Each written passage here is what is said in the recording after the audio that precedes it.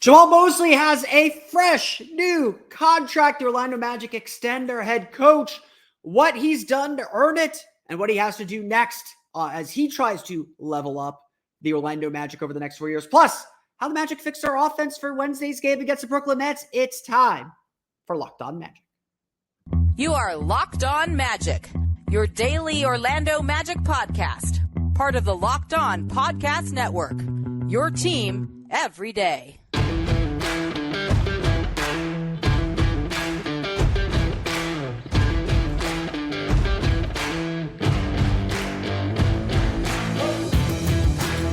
And you are indeed Locked On Magic. Today is March 12th. It will be March 13th, 2024. My name is Philip Rossman-Reich. I'm the site expert and editor over at OrlandoMagicDaily.com. Of course, follow me on Twitter at PhilipRR_OMD. On today's episode of Locked On Magic, the Orlando Magic extend Jamahl Mosley's contract, keeping him as the head coach through the 2028 season. We'll get into what we know about that, why the Magic did it, and what the future holds for the Magic and Jamahl Mosley. We'll get to that. Plus, how to fix the Magic's offense. We'll go through some numbers there at the end of the show coming up in just a moment. But first, we want to thank you again for making Locked On Magic part of your day every day, no matter when you listen to us, whether it's first thing in the morning, whether it's right when we upload. We truly appreciate you making Locked On Magic part of your day every day. Remember, there's a great Locked On podcast covering every single team in the NBA. Just search for Locked On and the team you're looking for. The Locked On Podcast Network. It's your team every day. Today's episode of Locked On Magic is brought to you by PrizePick, the easiest and most exciting way to play daily fantasy sports. Go to prizepicks.com/LockedOnNBA and use code all lowercase LockedOnNBA for a first deposit match of up to $100. You probably saw my Locked On Now this morning, but if you didn't, subscribe to the YouTube channel. If you didn't, the Orlando Magic have indeed announced an extension for Jamahl Mosley, the head coach of the Orlando Magic, through the 2028 season. In terms of the deal, not disclosed. We don't know how much Moses is getting paid, but to say the very least, this is an extremely well-deserved reward for the work that he has put in over the last 3 years. Next year would have been a lame duck season for him. So a contract extension was going to happen. And I've seen some people who said, oh, wait for the playoffs and all that. It's like, no. That's not how this works. You don't want to coaching on a lame duck season. You're either going to keep him or you're not. And undoubtedly, when we're going to spend this first segment looking back, when you look back at how the Magic have grown, Jamahl Mosley has done everything this team has asked of him at every turn. Whatever the Magic have needed, whatever the Magic needed to get done, Jamahl Mosley has done. He took over a team that was at the beginning stage of a rebuild. And I saw a few people post his record like, why are the Magic bringing back a guy with such a terrible record? Like that's not the point. The point is the progression. Because the Magic gave him a roster that was designed to lose, plain and simple. They were at the beginning stage of a rebuild, and Mosley came in. They won 22 games that first year. They get Paolo, Banchero, and that sure helps, but they get to 34 wins last year. And this year, they've already got 37 with 17 or so games to go. The Magic have gone from a team at the bottom of the standings to the playoffs with an incredibly bright future, to a clear identity with a top 5 defense in the league. This Magic team has indeed established itself as one of the best up-and-coming teams in the league. And sure, maybe not. Maybe the rest of the nation hasn't quite caught up to them, but that's what the playoffs are going to be for. And again, we're sitting here I'm recording this the evening of March 12th. We've got results going on in the NBA every night that we're watching that could put the Magic in home court advantage. As much as Jamahl Mosley does not like to talk about himself and wants to give all the credit to the players and all the credit to his coaching staff, he is still the leader of that charge. He is still the one who has created a culture that started with that 22-win season 2 years ago, that got everyone to believe even back then of what they could accomplish, and is now seeing that through. We've been through the ringer here in Orlando, folks. We have been through it. We've heard coaches talk about culture and talk about process and all this stuff. We've heard these coachisms so many times, and we've never seen it enacted, to be perfectly honest. We've never seen it come through. Jamahl Mosley entered the building talking about the way he wants to play, the communication, all the things, the joy, all the things that make this Magic roster so much fun. He talked about all of those things from day one, and he has spent his time implementing and building that culture. And it really is a culture. I know Jeff Weltman and Jamahl Mosley probably hate that word, but it is a culture. Everyone on this team plays for each other.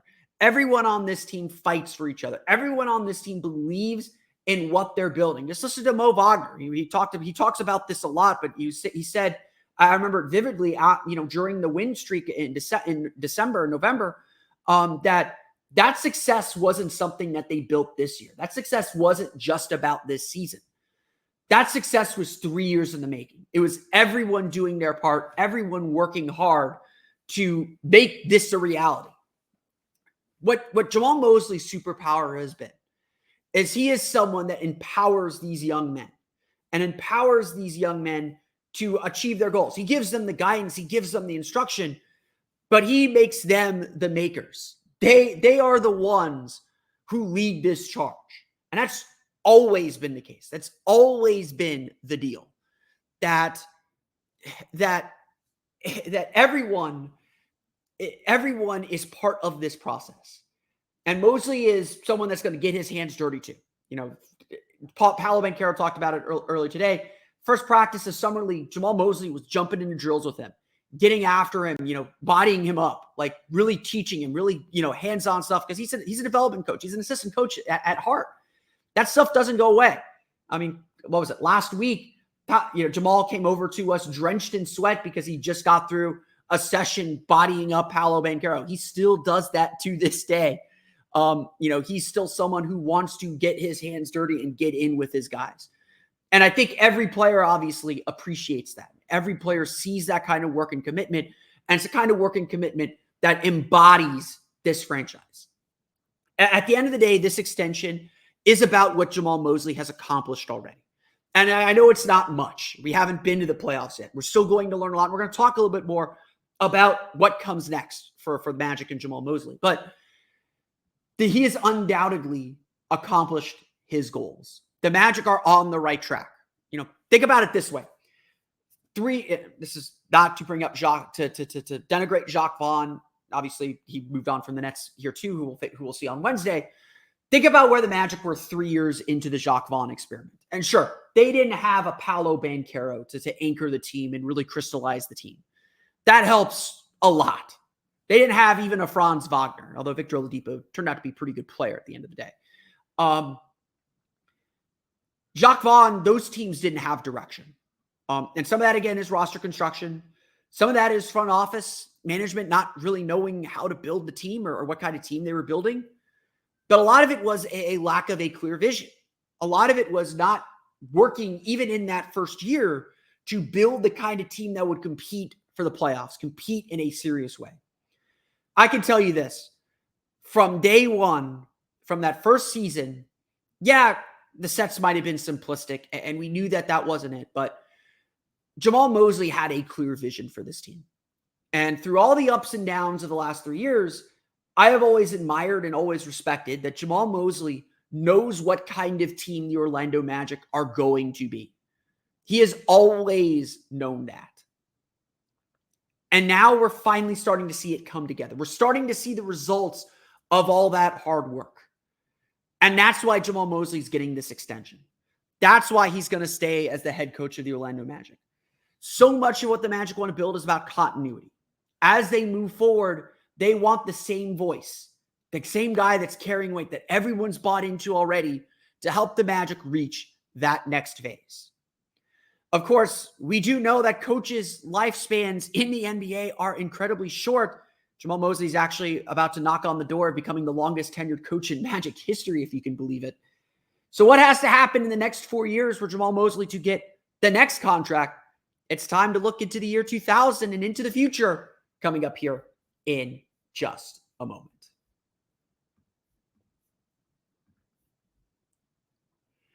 But first, it's time for a quick word from our friends over at eBay Motors. Passion, drive, and patience.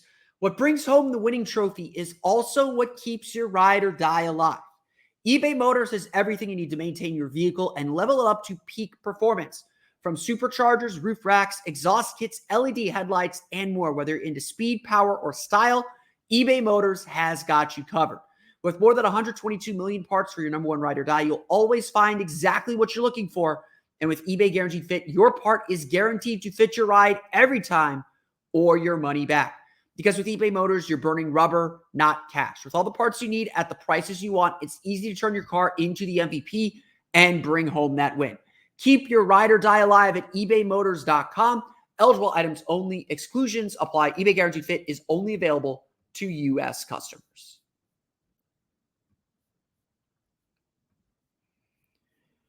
We want to thank you for making Locked On Magic part of your day every day. Be sure now to check out the Locked On Sports Today 24/7 streaming channel. Of course, you know that you can find that on YouTube TV as well as on Amazon Fire.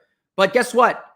It's that time of year. You can hear the crack of the bats. You can hear you want to go outside. Well, it's Florida. You always want to go outside here, but it's getting to be that time of year. So baseball fans, mark your calendars for March 20th at 7 p.m. Eastern time for the best MLB season preview coming exclusively to Locked On Sports Today.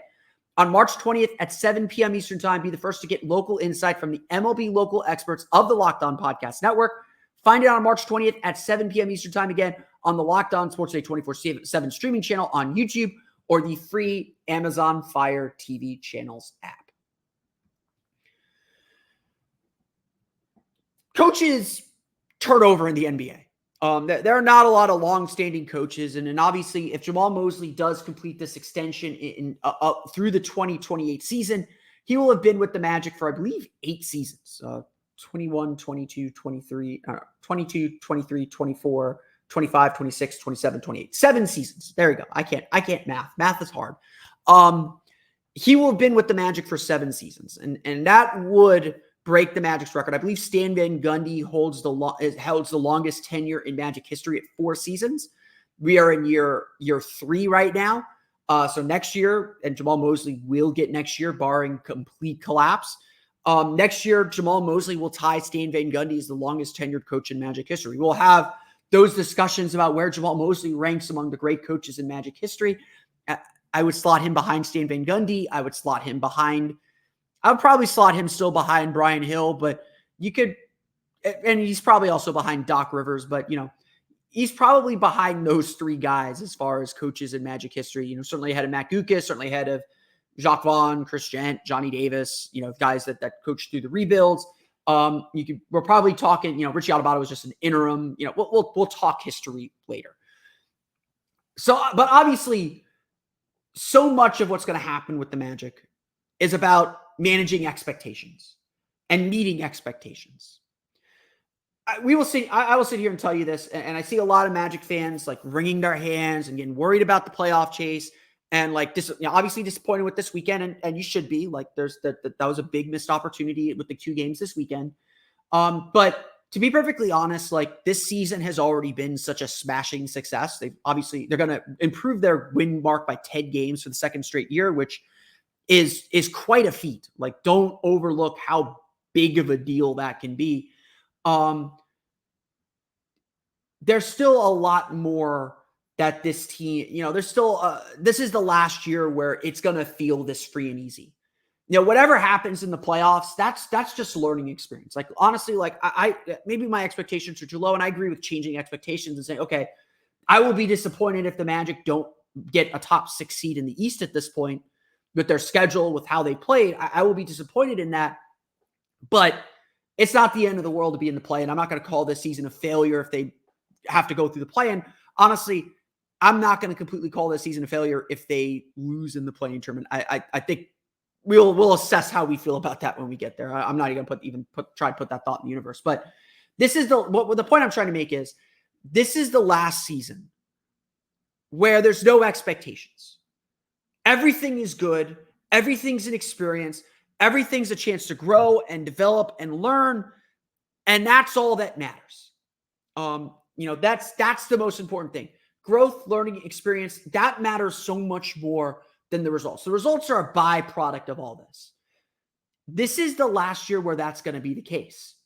Wherever the Magic finish this year, next year, we're going to be sitting there and saying, okay, they were the 4th seed in mid-March. Why can't they do that? Why can't they be a top 4 seed in the East? And that's going to be pressure on Jeff Weltman to deliver a team that's like that. That's going to be pressure on Jamahl Mosley to coach the team back up to that level. And for the first time in this group's history, in this group's time together, they're going to feel that pressure to match what they did the year before. I remember Scott Skiles telling us this after the Magic won 35 games back in 2016 or 2017. It's easy to go from 25 to 35 wins. To go from 35 to 45 wins is hard. To go from 45 to 55 wins is even harder. Credit to Jamahl Mosley then, because the Magic are about to go from 34 wins to 45 or so wins. But now we're going to expect them to get to 50, 55. We're going to expect them to really compete at a higher level. Losses are going to feel bigger. They already feel pretty big. And so that's what's going to determine Jamahl Mosley's tenure moving forward. The Magic have already set and created this playoff expectation. This team will be judged on their playoff performance. And we're going to give passes to guys in their first year. I am fully expecting Paolo, Banchero, and Franz Wagner to show some warts and struggle in their first playoff series. And again, they're like the way the Magic are set up right now, they're allowed to make mistakes. But what the team needs to figure out is, okay, are these guys capable of actually leading us and being our top guys, or do we need to go get some extra help, as some people are already pitching me trade ideas on social media and elsewhere? That's something that the Magic can learn. It's not honestly something they'll learn just this year. This is a multi-year journey. And I want to continue to stress that this is a multi-year journey. There will be setbacks. There will be successes. There will be triumphs. There will be steps back. And the question is, can this team recover and step forward? Can they go through that grind and that ringer again to get to their goals, to achieve their goals and get where they want to go? Obviously, this year was about making the playoffs, and the Magic are well on their way to doing that. Next year will be about getting out of the first round. Regardless of what happens this year, honestly, that's where I would set the benchmark. And about progressively getting better. And that's going to be the challenge for Jamahl Mosley. Look, we're going to get into some of the problems with the offense over the last couple games here in a minute. We know this roster is incomplete. I think Jamahl Mosley's done a fantastic job creating an identity, and there's such great synergy with him and the front office. They both want the same kind of team. And that's really important. I can't stress that enough. Both, Jamahl Mosley is successful because he and Jeff Weltman are on the same page. And you can look through so many teams around the league where the coach and management aren't on the same page and aren't working in tandem.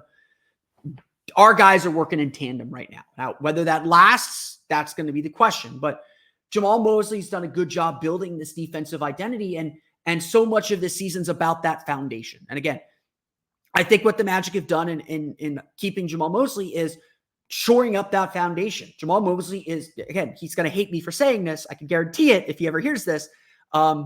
He's going to hate me for saying this. He is one of the pillars of this team's foundation. His messaging, his personality, his demeanor, his selflessness, that sets the tone for everything in this franchise. He is vitally important to this team. His voice resonates with everyone, and his approach resonates with everyone. It's central to the Magic's success. I really do believe that. But now comes the demand for results, and whether he can integrate new players, whether he can make adjustments in the playoffs. And look, he's going to make mistakes in this first playoff series. We will point them out. We will say, okay, this is something to watch. This is something to be better at. I know I've said this a few times during the rebuild. He is sometimes maybe a tick behind on making an adjustment that clearly needs to be made. I will give him this much credit. Throughout the course of this season, he is stuck with his rotation in the first half and really does a good job discarding or minimizing what didn't work, or having a quick hook on what didn't work in the first half through the second half. He's shown a lot more variability and flexibility in the second half of games. And I think that's a recognition that these games matter. It's not just about throwing guys out there and having them figure it out. He wants that to happen, by the way. He wants guys to figure things out on their own. But he's willing to make adjustments and go with what works and really press what works lineup wise, at least. There is a lot good. I know people can be critical of Jamahl Mosley. And again, we're going to see in the playoffs, we're going to see just how good he is, where he needs to get better. We're going to see all these things too. He's a young guy. He's a young coach too, in his first playoff series. We're going to learn a lot about him in this playoff series as well and see how he adjusts into next season. But results are going to matter here. And Jamahl Mosley's success through this contract extension, through the 2028 season, is going to be based on how this team continues to grow. Can they get creative? And I think Jamahl Mosley's really creative offensively, just doesn't have the players for it necessarily. Can they get creative offensively? Can they score consistently? Can they add offense to the defensive identity that they have? Can they integrate new players and adjust their style as new players come in, but still find success? Can they win in the playoffs when coaching really matters and the right adjustments at the right time really matter? These are things we don't know yet. And like a lot of players on this roster, Jamahl Mosley's earned the right to prove himself. And like I said, this is a multi-year journey. He's going to get next year, barring a complete catastrophe. He's probably going to get the next 2 years. You're obviously not going to fire a guy with that much time left on his contract. Mosley's going to have the opportunity to prove himself and continue to grow himself as well. He said last year that the goal was to level up. We turned that right back on him and said, okay, you also have to level up. That remains the mission for the team. It remains the mission for everybody on the team, especially their head coach. And that's going to be a big part of whether this extension ends up, it's the right decision. Don't get that wrong. But whether this extension ends up being successful or not will be determined on how this group advances and improves. Obviously, offense is an area the Magic need to advance and improve. We'll dive into some numbers and where the Magic can get better. We'll get to that coming up here in just a moment. But first, it's time for a quick word from our friends over at PrizePick. PrizePick is America's #1 fantasy sports app with more than 3 million members. They're the easiest and most exciting way to play daily fantasy sports. It's really just you against the numbers. No complicated salary cap, no complicated point system. It's literally just you versus your ability and the numbers. You pick more than or less than on 2 to 6 player stat projections and watch the winnings roll in. This is the daily fantasy game that I play until Florida kicked them out. Curse you, Florida.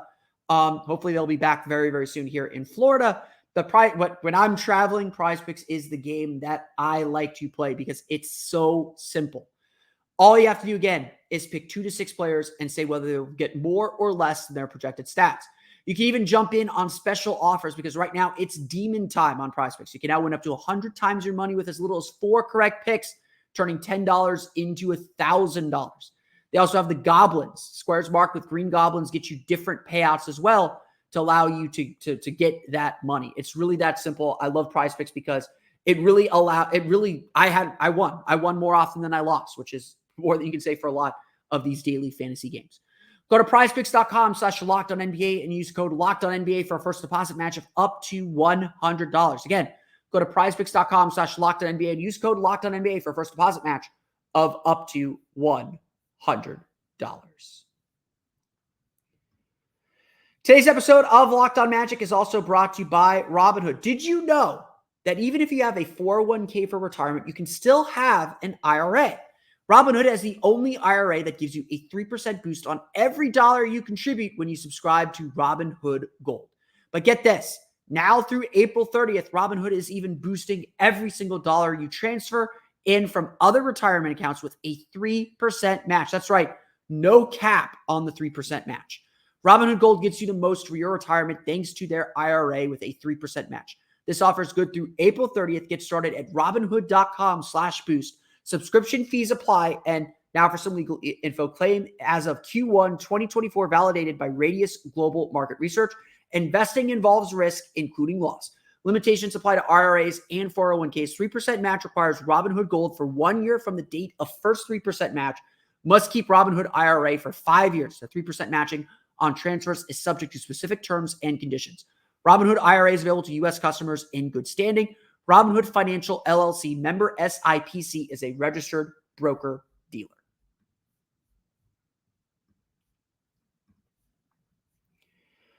Okay, the thing that's on the tip of everyone's tongue coming out of the 2 games this weekend, what happened to the offense? The Orlando Magic, after the All-Star break, were riding really high, playing some really, really good offense. They were making shots. I remember David Locke was down here, asked why the Magic were a top 10 offense since the All-Star break, and when the Jazz were in town, and Jamahl just said, we're making shots. Like, it's not super complicated. But it is a little more complicated than that. The Magic were doing a really good job working to get good shots. Even though their pace was down in terms of the number of their possessions, they were moving really fluidly. They were getting downhill. They were doing all the things that the Magic have to do to score. Points in the paint, kickouts, limiting their three-point attempts to make sure they were still on the attack, getting to the foul line, forcing turnovers, limiting their turnovers in most games. The Magic were playing Magic basketball.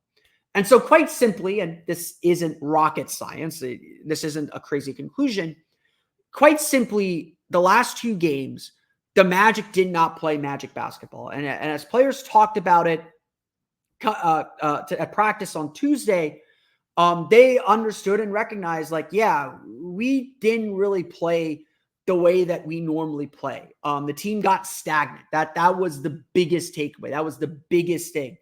Was they were just really, really slow. If it felt like the Magic were stuck in the mud, there's a lot of numbers to suggest that they actually were.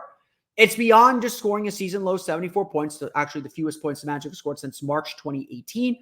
It's more than not scoring more than 100 points in back-to-back games for the first time since January. It's more than the first time the Magic had back-to-back games, scoring less than a point per possession since the end of last season.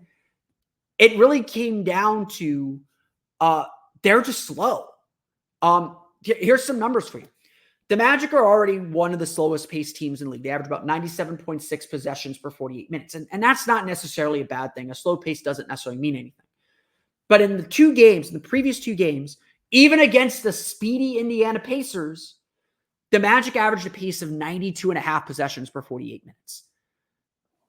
The Magic struggle to come back, obviously, because they're not a really fast-paced team. They're not just trying to rack up a ton of possessions, but that's slow. That's like 90 slow as far as the number of possessions in a game. You look at some of the other numbers that might suggest, okay, are the Magic low possession team because they're working hard to get good shots? The answer here is also no. They had very atypical games in a lot of areas. Again, they're not. It's important to note they're not out there rushing shots. They're not out there just, jacking up shots, trying to find offense. They're trying to work to get good shots, and defenses are stonewalling them. The Magic are not a high volume passing team, but they average 279.1 passes per game, according to Second Spectrum, and 44 potential assists per game. So those numbers are their averages. In the last 2 games, Orlando averaged 259 passes per game and just 34 potential assists per game. 20 fewer passes, 10 fewer potential assists. A potential assist is essentially a pass that leads to a shot attempt, or a shot that would get an assist if it were made, including shots that were made. To me, that just signifies how much the ball is moving. And so these numbers show the ball isn't moving. Again, the Magic are not a heavy passing team. They dribble a lot. Paolo dribbles a lot. It's one of his big weaknesses, I think. But it's just, again, sign that something was off with the offense here. More than that, the Magic shot 5 for 25 and 2 for 12 from 3 on shots in the final 4 seconds of the shot clock, and an additional 7 for 14 on shots with 4 to 7 seconds remaining on the shot clock in the last 2 games.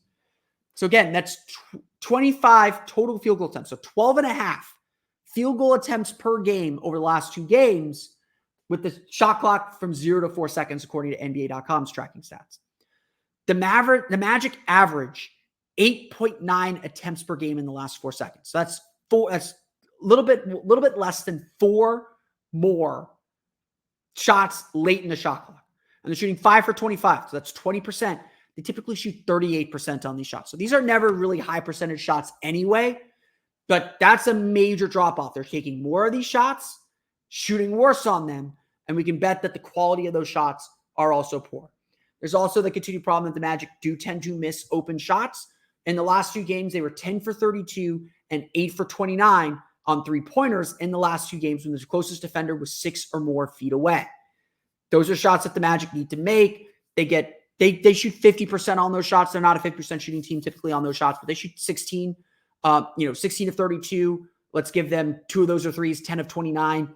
That's enough to maybe make up that gap against Indiana. They missed some open shots in the fourth quarter of the game Sunday. That's enough to maybe give them some relief against New York when that game was still close. This stuff still matters. And I bring up all this to say, look, playing fast or playing slow, it's not about the number of possessions. It does. I think that does signify something. But I think the bigger issue is the Magic are just operating slowly. And some of that's the defense, clogging the lane, preventing drives, preventing Magic from getting downhill, blowing up actions, blitzing screens, kind of taking away that first set or that first option, and the Magic having to scramble to get into the next action. They've been really slow on that. They've just been playing slower. And so it's not that the Magic need to be at breakneck speed and get shots up quickly, but they need to initiate their action so much sooner. Something that we observed in the game against Charlotte and something we observed in the game against Washington. The team was just, Cole Anthony put it this way after the game Sunday, the team was just a little comfortable. And these blitzing defense, these strong defenses they face, as Indiana played really good defense, best defensive game of the season for the Pacers on Sunday. These defenses really got after Orlando and really made them feel pressure. And it looked like Orlando just wasn't ready for that intensity. And so what you want to see Wednesday against Brooklyn, because Brooklyn's not the greatest defensive team. They got Nick Claxton, who's a great shot blocker. So you got that to worry about. But what you want to see Wednesday, and so much of this, it's not so much about the defense. Defense did its part, but it's not so much about the teams the Magic are playing. It's still very much about the Magic themselves. They execute with intensity. They play with the kind of pace that they're looking for in the half court. They're going to be fine. They're going to get quality shots. They're not going to kill the world offensively. That's not who they are. But they're going to get quality shots and give themselves a chance to win, and certainly score more than they're scoring right now. Scores are down throughout the league, but they can definitely do better than they've done the last 2 games. It's just a question of whether these 2 games are going to be outliers or whether this is a problem that's going to linger now that this book is out on the Magic. They got to figure out how to play against these pressure defenses. That's going to be the challenge on Wednesday, because it's not so much about Brooklyn. And again, Brooklyn's going to be a tough out. They just beat Cleveland on the road. I believe on the road. Maybe it wasn't on the road, but they just beat Cleveland. They've got to play at a faster pace, play at their pace, play in their comfort zone, and consistently look to attack and attack earlier. And if they do that, I think the offense will get back to its averages. I'm not going to sit here and say they're going to score 120 a night. That's not who they are. But they'll get back to their averages because, believe it or not, the defense is doing its job. Holding Indiana to 111 points is a really good job. The New York game, they actually had about an average defensive game. The New York game, they gave up only 115 points per 100 possessions. Like, they only gave up 98 total points because that game was played at a glacial pace. But they gave themselves, that's slightly above average. They gave up 111.7 points per 100 possessions. They're playing fine on defense, but the offense is just so in the tank, it doesn't matter. And that's been the constant battle for the Magic this season. It's going to be the problem that they have to solve in the summer, trying to find a way to just lift the offense up without hurting the defense too much, because really the Magic's defense has been so good this year. They just need enough offense to make their defense matter. And we saw the last 2 nights, they didn't have enough offense to even make their defense matter, because their defense largely did the job, at least by the numbers of the job. I don't think they played a great defensive game Sunday, but by the numbers it did. And so the Magic have their opportunities now to build and hopefully to correct these offensive miscues. They had a practice Tuesday. Jalen Suggs, Markelle Fultz off the injured list. They appear set to be available on Wednesday. They'll practice again Thursday, play again Friday, and then we are in it, man. 8-game homestand starts Sunday at the Kia Center. So gonna be home for the next 2 weeks to help build that record up. Got some big opponents coming in before we get to the big final stretch of the season. But that's going to do it for me today. I want to thank you all again for listening to today's episode of Locked On Magic. Of course, find me on Twitter at @PhilipRR_OMD. Subscribe to the podcast on Apple Podcasts, Stitcher, TuneIn, Himalaya, Google Play, Spotify, Odyssey, and all of them makes no podcast to your podcast-enabled listening device. For latest on the Orlando Magic, be sure to check out OrlandoMagicDaily.com. You can find us there on Twitter at @OMagicDaily. And be sure also to check out my Patreon page, the Orlando Magic Hub, for even more Magic content as well. Check it out at patreon.com/Orlando Magic Hub. And as always, thank you for your support. Now that you're done listening to me, be sure to check out the Locked On Sports Today 24/7 streaming channel. You can find that on YouTube and now on the Amazon Fire TV in the free Fire TV channels app. Locked On Sports Today is here for you 24/7, covering the top sports stories of the day with the local experts of Locked On, plus our national shows covering every league. Find Locked On Sports Today now available on the free Fire TV channels app. That's going to do it for me today, though. I want to thank you all again for listening to today's episode of Locked On Magic. For Orlando Magic Daily and Locked On Magic, this has been Philip Rossman-Reich, recording this before the Orlando City game. So vamos Orlando, and we'll see you all again next time for another episode of Locked On Magic.